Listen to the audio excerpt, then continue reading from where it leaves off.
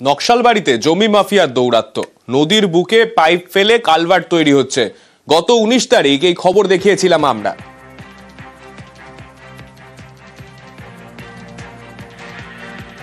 নদীর ওপর এইরকম ভাবে বেআইনি কালভার্ট তৈরি হয়ে যাচ্ছে, বড় বড় পাইপ দিয়ে তৈরি হচ্ছে এই কালভার্ট।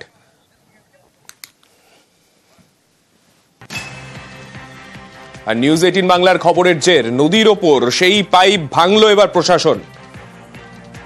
আমাদের সঙ্গে আমাদের প্রতিনিধি বিশ্বজিৎ রয়েছেন, বিশ্বজিতের থেকে একটু বিস্তারিতভাবে জানবো। বিশ্বজিৎ, এর আগেও আমরা দেখেছিলাম ভূমি ও ভূমি রাজস্ব দপ্তরের তরফে এই জায়গায় ভিজিট করে যাওয়া হয়েছিল, তারপরে একেবারে তড়ি ঘড়ি এইরকম ব্যবস্থা গ্রহণ, কি জানানো হচ্ছে সরকারি তরফে?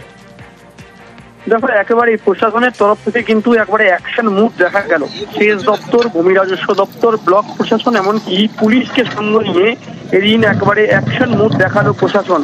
হাত মুভার দিয়ে এই যে অবৈধ কালভার্ট তা কিন্তু ভেঙে দেওয়া হয়েছিল।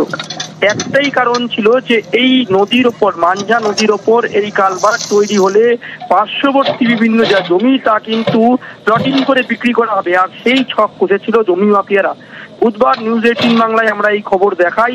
পরের দিনই কিন্তু ভূমি রাজস্ব দপ্তরের আধিকারিকরা ঘটনাস্থল পরিদর্শন করেন এবং তারপরেই দেখা যায় যে অ্যাকশন মুডে একবারে আট মুভার দিয়ে এই যে কালভার্ট তা কিন্তু ভেঙে দেওয়া হয় এবং প্রশাসনের হুঁশিয়ারি, আগামী দিনে যাতে এ ধরনের কাজ থেকে বিরত থাকেন ভূমি মাফিয়ারা, না হলে এ ধরনের অ্যাকশন মুড কিন্তু আগামী দিনেও চলবে বলে ভূমি রাজস্ব দপ্তর যেমনি জানাচ্ছে তেমনি সেচ দপ্তর।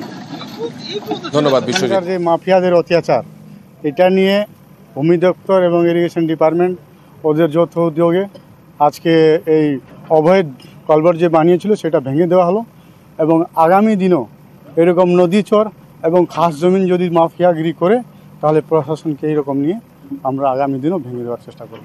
তো আপনাদের এখানে হেল্প আছে, আপনারা উদ্যোগ নিয়েছেন এবং সেই হিসাবে প্রশাসনও কাজ করছে, যার জন্য এটা সাকসেসফুল।